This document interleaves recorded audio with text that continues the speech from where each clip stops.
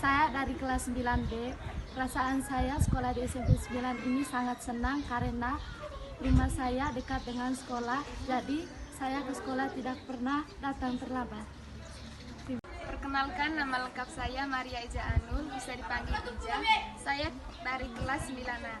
Saya senang sekolah di SMP Negeri 9 ini karena bisa mendapatkan teman-teman yang baik, sehingga kami bisa bergaul dan bisa akrab. Terima kasih. Dalam menjalankan program ini, dan yang pastinya nanti Bapak Ibu Guru juga akan mengalami hal yang sama kalau ikut, dan Ibu Suci juga akan mendukung sepenuhnya. Karena itu satu tujuan kita bahwa untuk murid-murid kita. Ya. Jadi ada beberapa hal yang kita diskusikan pada saat ini. Kita diskusi tentang visi dan prakarsa perubahan sekolah. Ya. Saya percaya bahwa selama ini sudah menjalankan visi yang sudah ada, tinggal kita bisa, yang pertama sebentar kita mengisi kalimat rumpang terkait dengan cita-cita kita untuk murid. Seperti apa cita-cita kita yang akan kita diskusikan dan kita sesuaikan dengan visi sekolah. Lalu untuk kegiatan kita hari ini adalah pendampingan individu yang kedua, bagian penting dari proses pendidikan guru penggerak. Bulan lalu saya datang untuk pendampingan yang pertama, ya, karena itu mungkin pada saat ini saya perkenalkan diri. Jadi saya Gregorius Ambot, saya mengajar di SMA Kesan 7 Busri. Jadi saya ditugaskan oleh Balai Guru Penggerak NTD untuk menjadi pengajar praktik Balai Guru Penggerak angkatan 8. Saya lulusan pengajar praktiknya angkatan 7 dan sekarang baru laksanakan tugas. Ya. Lalu untuk kegiatan pendampingan 2 ini kita fokus pada visi atau cita-cita kita sebagai guru dan juga visi sekolah. Dan pada akhirnya bahwa semua proses yang terjadi di sekolah berpihak pada peserta didik. Karena itu bagaimana visi kita yang sudah kita jalankan selama ini. Ya. Maka waktu selanjutnya saya berikan kepada Ibu Suci untuk memandu kita dalam diskusi ini. Ya. Mungkin sudah dibagi ya. Informasi. Tadi saya sudah bagikan ke teman-teman untuk isi kalimat rumpangnya. Kalau memang sudah diisi, mungkin kita langsung saja kita mengkomunikasikan apa yang sudah kita tulis tadi, ya, sambil nanti jadi santai saja. Ya, bukan ujian dan juga tidak ada penilaian. Dari pas bapak ke Terus terang saja, sebelum masuk ke sesi diskusi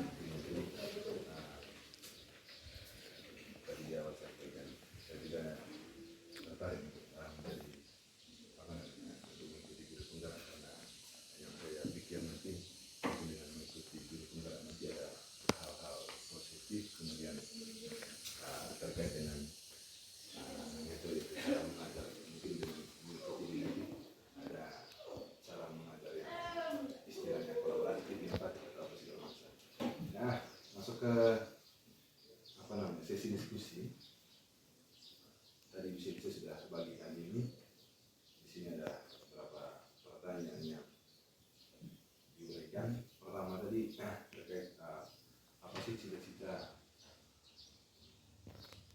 atau yang diimpikan oleh murid, lebih khusus anak didik di SMP Negeri 9. Terus terang, saya sering bertanya kepada peserta didik di sini, sering saya jumpai mereka bahwa apa sih selain cita-cita yang kalian dapatkan di selesai sekolah nanti, cita-cita sekarang kalian itu apa yang kalian inginkan? Mereka menginginkan banyak hal. Yang pertama itu menjadi pribadi yang mandiri, kemudian selalu berkreatif, punya semangat belajar yang tinggi, kemudian siap untuk bekerja sama dengan teman sejawat, teman-teman sebaya, baik satu kelas maupun dengan teman-teman di kelas-kelas lain. Kemudian pada pertanyaan kedua, di situ juga meruntun dia punya pertanyaannya, ini ini berkaitan dengan profesi saya sebagai guru di sini. Di sini mempertanyakan bahwa bagaimana seorang guru percaya kepada seorang siswa terhadap murid seperti apa. Kalau menurut saya, siswa bagi saya itu adalah aset bangsa atau aset negara, generasi penerus yang harus mempunyai karakteristik bagus, baik dan unggul. Kemudian dari sekian banyak peserta didik yang ada, mereka mempunyai karakter atau potensi yang unik dari masing-masing. Mereka itu punya potensi atau kepribadian. Itulah hal yang membuat saya sendiri terpacu untuk selalu berada di hadapan mereka untuk bagaimana mengembangkan potensi atau bakat yang mereka miliki. Makanya selalu terpacu untuk selalu berada di depan mereka dengan walaupun dengan keterbatasan yang saya miliki. Kemudian pada poin yang ketiga di situ, di sekolah kita mengutamakan apa? Kalau ngomong tentang mengutamakan, paling sebagai seorang guru kita mengutamakan itu adalah siswa itu sendiri sebagai salah satu aset terbesar di sekolah. Kita mengutamakan mereka dalam artian kita mengutamakan mereka punya kelayakan untuk mendapatkan pengetahuan, kemudian ketersediaan fasilitas belajarnya, kemudian dia punya sumber-sumber belajarnya. Itu yang selalu terpikirkan, itu yang diutamakan dan paling terutama yang harus diperoleh peserta didik. Kemudian, yang keempat di situ, sebagai seorang murid di sekolah SMP Negeri 9, mereka sadar, ini juga hasil refleksi, kemudian langsung berhadapan langsung, dialog langsung dengan mereka, belajar dengan menjadi insan sama seperti yang ingin menjadi pribadi yang berkompeten. Dalam artian berkompeten dalam hal ini setelah mereka tamat dari SMP Negeri 9, mereka mampu bersaing di lembaga-lembaga pendidikan yang di atas. Dalam artian mereka juga siap mau begitu selesai atau tamat dari SMP Negeri 9, kemanapun mereka pergi untuk mengenyang pendidikan selanjutnya itu, mereka siap untuk bersaing.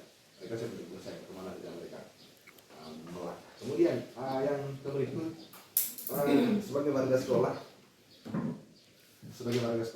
perlu dari saya pribadi itu harus siap berkolaborasi, bekerja sama. Karena saya tahu bahwa untuk mencapai sebuah kesuksesan bersama harus selalu berkolaborasi, dalam artian saling mengisi satu sama lain, saling mengisi. Dari satu teman guru mungkin ada pengetahuan yang lebih, itu kita saling membagi terkait dengan dia punya baik cara mengajarnya, kemudian pengetahuan apa yang dia dapat dari luar. Kalau kemarin itu plusnya kemarin ada teman-teman guru penggerak angkatan 6 kemarin itu, mereka sudah selesai lebih awal. Terus terang saya banyak pengalaman dari mereka, terutama mereka punya inovatif cara mengajarnya itu, metode, kemudian materi-materi pembelajaran yang mereka berikan kepada peserta didik ini.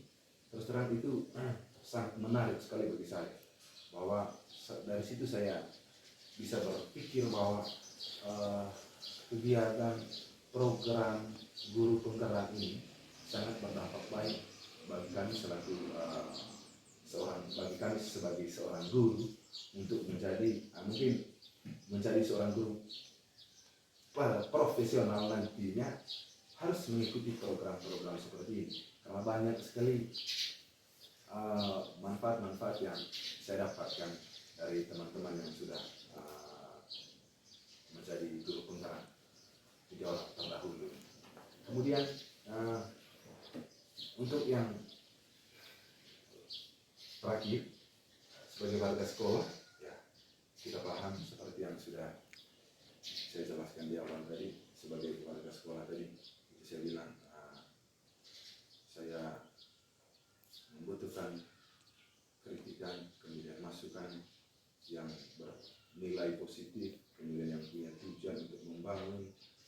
mencerdaskan anak bangsa, kemudian membangun pendidikan di lembaga SMP Negeri 9 ini. Sama-sama kita bagaimana caranya, semangat kita, upaya kita, usaha kita, daya juang kita, kemudian kreativitas kita, inovatif kita seperti apa, ini yang akan dibutuhkan dari kita semua sebagai warga SMP Negeri 9. Sementara sekian dulu. Terima kasih Pak Paskal.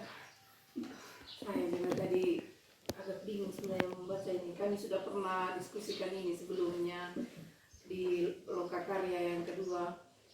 Jadi panjang sebenarnya.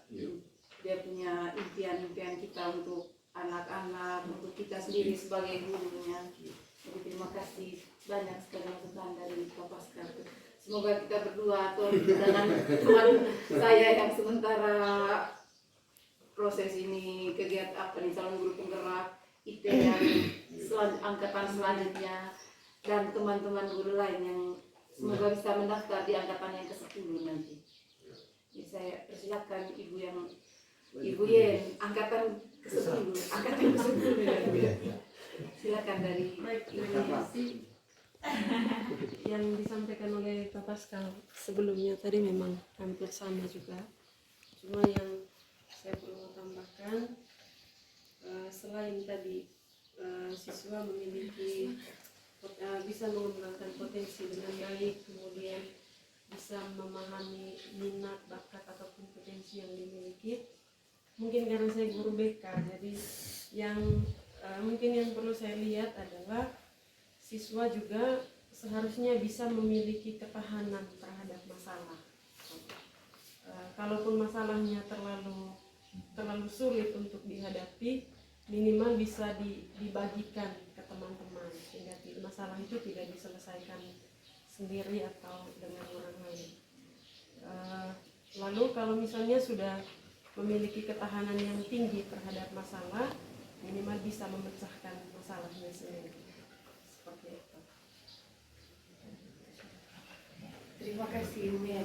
Kalau untuk itu bisa tanggap karena kami yang sementara proses belajar di guru penggerak ini, kami di modul 4 itu kami dapat tentang budaya positif. Sama seperti yang Pak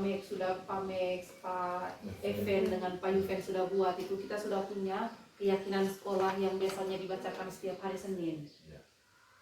Saking banyaknya juga saya Ada 12 poin.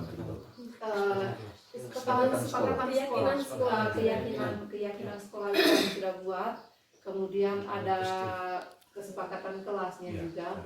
Jadi biasanya untuk dan hampir semua guru, terutama guru BK dan guru-guru yang penggerak itu, pada saat penyelesaian masalahnya seperti yang disampaikan Ibu Yen tadi itu, mereka sudah bisa menerapkan segitiga restitusi dalam penyelesaian masalahnya.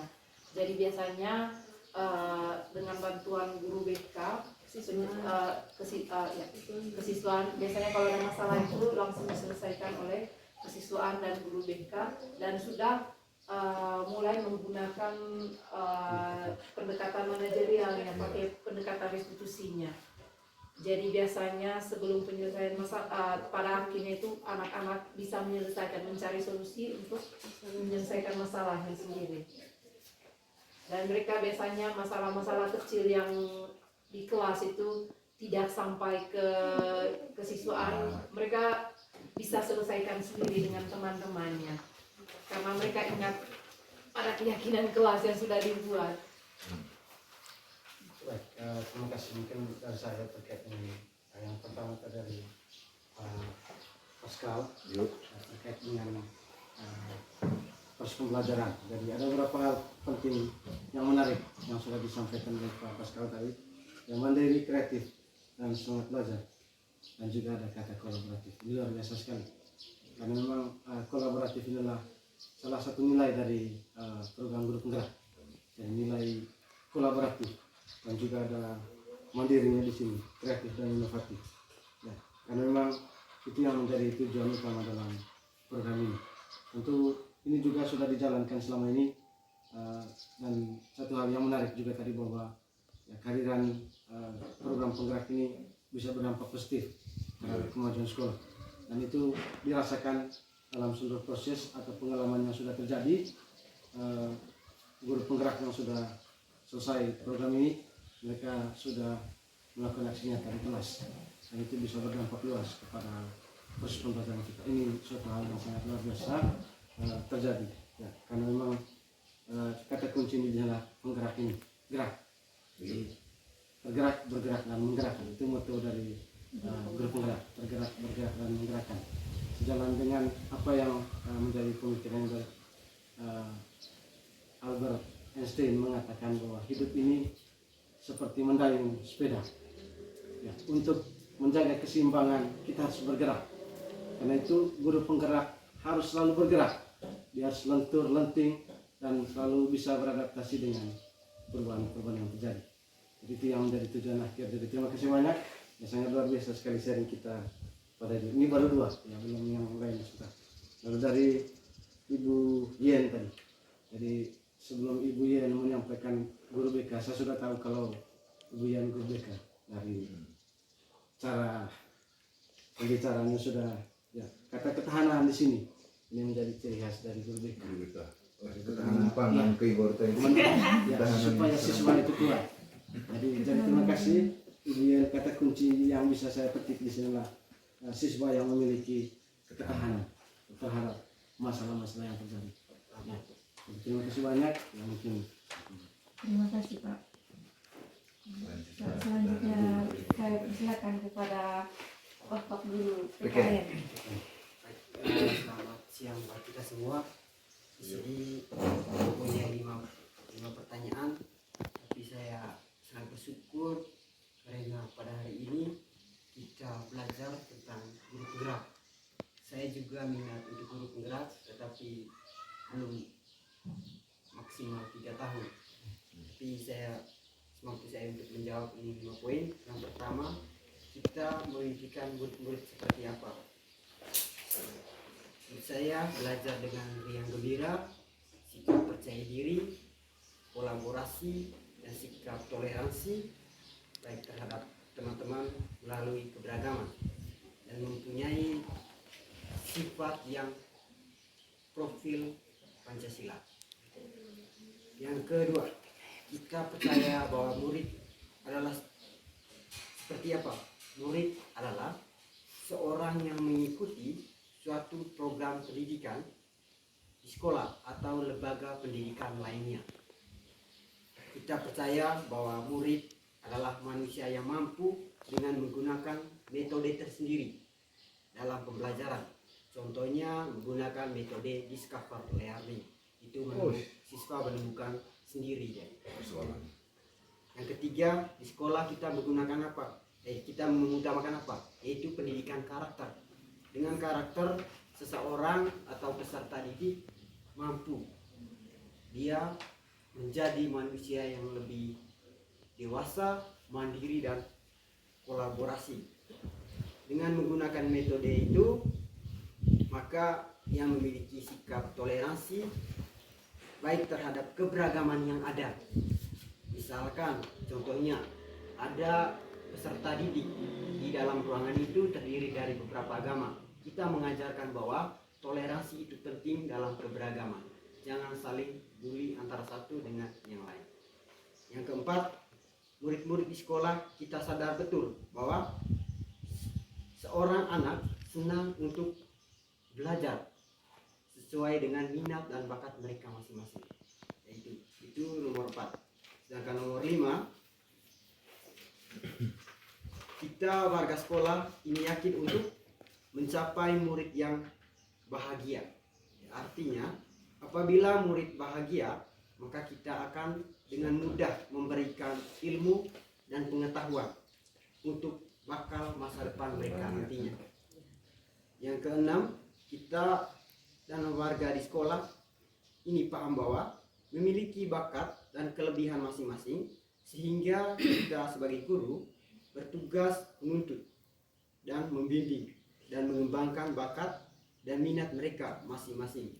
Contohnya salah satu di bidang olahraga, kesenian, dan lain sebagainya. Sekian dan terima kasih. Terima kasih Pak Chef. Dia akan menanggapi itu langsung menanggapi juga. Baik, terima kasih untuk Pak Chef. Pak Chef. Guru, oke, biasanya kalau guru PKN itu selalu berkaitan dengan gotong royong dan juga toleransi. Gotong royong. Ini nilai-nilai yang ada juga dalam pelajar Pancasila. Jadi ada mandirinya, dan kata kuncinya di sini yang dapat saya petik adalah ada kolaborasi dan murid yang bahagia. Karena memang itu tujuan kita adalah proses kita di sekolah adalah membuat murid-murid kita bahagia. Bahagia tidak? Agar mereka bisa menemukan jati diri mereka dalam proses belajar. Kalau mereka tidak bahagia, berarti apapun metode yang kita berikan tidak akan bisa masuk. Karena mereka tidak bahagia. Karena itu tentu sebagai guru kita bertugas untuk menuntun, membimbing supaya mereka bisa bahagia. Itu dulu yang pertama. Bahagianya bagaimana? Dengan hal-hal yang akan menciptakan situasi yang nyaman bagi mereka. Jadi terima kasih untuk Sherin untuk penyampaian Sherin. Ya. Terima kasih. Sebelum ini ke ibu guru berdua ini saya mungkin kalau mereka berdua ini guru baru di sini. Baru masuk, belum mulai. Belum mulai. Hari ini kemarin baru masuk. Mereka baru kemarin masuk. Kita dengarkan dulu kalau saya guru yang belum mengajar, kira-kira mereka mencita-citakan murid yang seperti apa. Silakan. Ya, terima kasih atas kesempatannya. Saya di sini, saya juga sama seperti ibu ini. Saya juga guru BK. Yang saya cita-citakan selama ini yaitu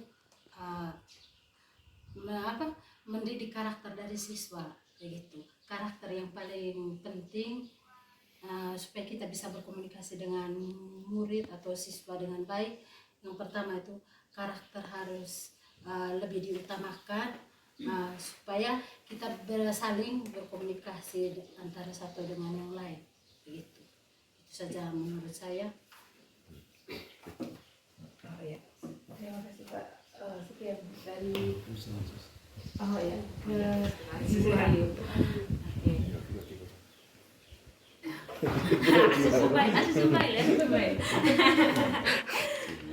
Terima kasih. Mungkin sebagian besarnya tadi sudah disampaikan oleh Bapak dan Ibu guru yang sebelumnya. Dari 6 jawaban, oke, yang pertama mungkin sebagai guru yang belum mulai mengajar, memimpikan murid-murid yang seperti apa. Jujur, sebelumnya kan kita ada pengalaman praktik berlapangan PPL yang selama 6 bulan. Kalau kami di kampus, dari kampusnya 6 bulan. Sebab itu sebagai guru PPL, saya itu mempunyai di awal sebelum saya masuk kelas, saya memimpikan murid-murid selain aktif, mereka aktif, yang diharapkan pasti selalu aktif dalam kelas. Tapi setelah masuk di lapangan dan menghadapi situasinya, pertama itu selalu memimpikan murid-murid yang rajin dalam terutama dalam kehadiran, mengikuti setiap pelajaran, khususnya kalau saya guru bahasa Indonesia. Mengapa saya mengatakan memimpikan murid yang rajin? Karena ketika kita bertemu dengan atau menghadapi murid yang memiliki kemampuan, saya tidak mengatakan bodoh tetapi agak lambat dari kemampuannya untuk menangkap apa yang kita terima dari teman-temannya.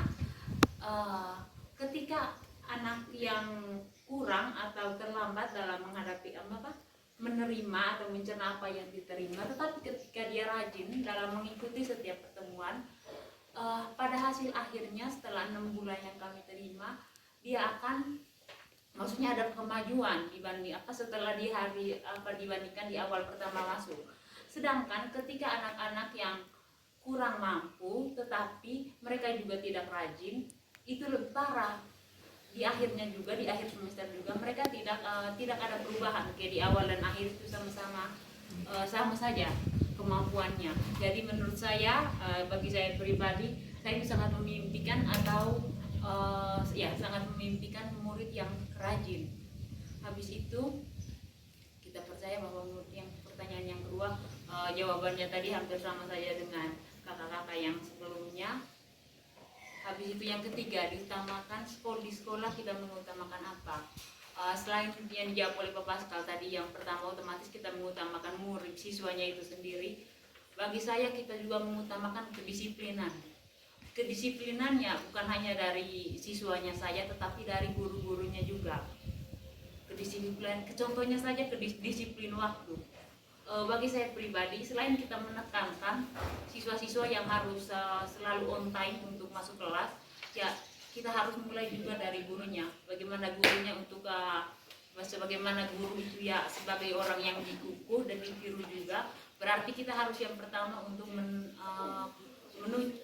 menunjukkan kepada siswanya bahwa ya selain kami untuk mengajak kalian untuk berdisiplin, kami mulai dari diri kami sendiri untuk berdisiplin, begitu.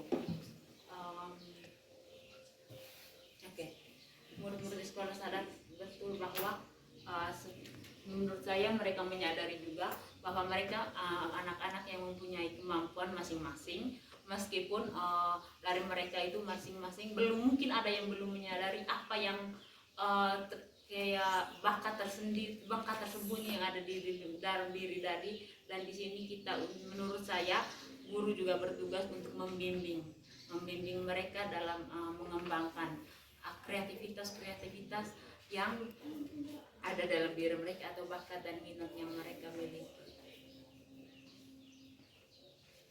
Habis itu saya rasa untuk pertanyaan-pertanyaan yang lainnya tadi sudah sama saja dengan jawaban atau mewakili oleh teman-teman yang lainnya tadi. Terima kasih, saya kembali.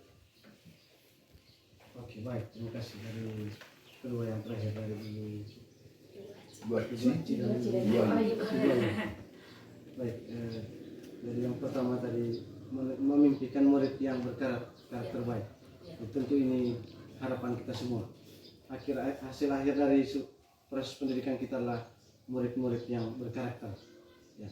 Lalu dari Ibu Ayu tadi murid yang rajin dan aktif. Itu juga yang membuat kita semangat dalam seluruh proses ini. Lalu murid memiliki keunikan atau potensi yang berbeda-beda. Karena itu tugas kita sebagai guru adalah bagaimana menggali potensi mereka, yang mendampingi mereka, ya bukan karena mereka tidak bisa, tetapi mungkin kita belum menemukan metode yang tepat untuk memberdayakan mereka. Lalu hal yang berikut adalah disiplin itu penting, tidak saja untuk siswa tapi juga untuk guru, ya, sebagai pelayan atau guru menjadi digugu dan ditiru. Oke, jadi mungkin itu dari luar biasa sekali, dari pengalaman yang menarik dan juga hal yang disampaikan adalah menggambarkan apa yang menjadi cita-cita kita sebagai guru. Ya tentunya cita-cita kita ini juga selaras dengan visi sekolah. Ya, dan yang pastinya bahwa selama ini kita sudah menjalankan visi sekolah. Jadi pertanyaan pemantik atau untuk refleksinya untuk kita adalah apakah cita-cita yang sudah kita sampaikan ini tadi sudah sejalan dengan visi sekolah kita? Ya, alhamdulillah. Walaupun satu hal yang masih ada yang OTW ini. Artinya semuanya sudah berjalan. Mulainya ya, hanya yang lainnya masih dalam perjalanan.